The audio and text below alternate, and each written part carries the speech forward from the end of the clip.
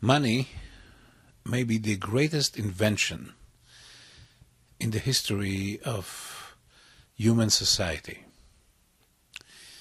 It's the invention that is responsible for the accomplishment, for the prosperity, and for the ills of society as we know it today. Money allows for cooperation and for manipulation. We all have a personal relationship with money. We would like to have as much of it as possible. But this is here, it's not a get-rich-quick session. This is not a financial advisory.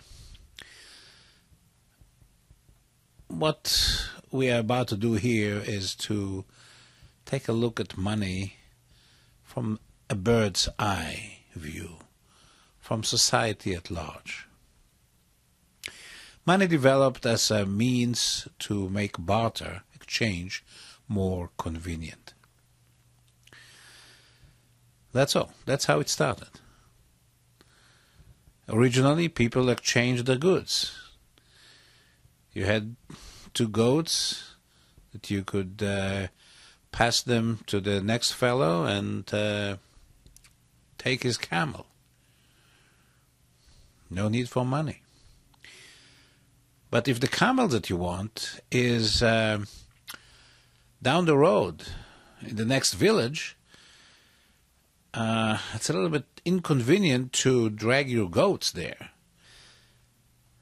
It will be nicer to be able to sell the goats, get something called money, which is easy to store,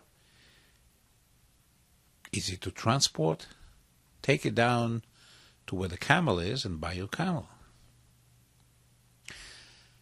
So it's simply a means of making barter convenient.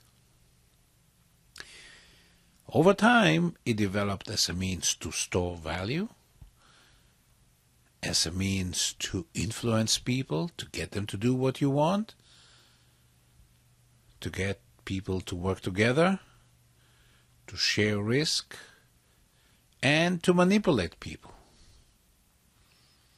Money developed as the hidden weapon, mightier than the sword, in terms of getting people to do what you want them to do. And money itself is an abstraction. Money itself does not have value per se. Even if it's gold, you cannot eat gold, you cannot cover yourself with gold, you cannot take a ride on gold. Money is an abstraction. It's only good because other people think it's good.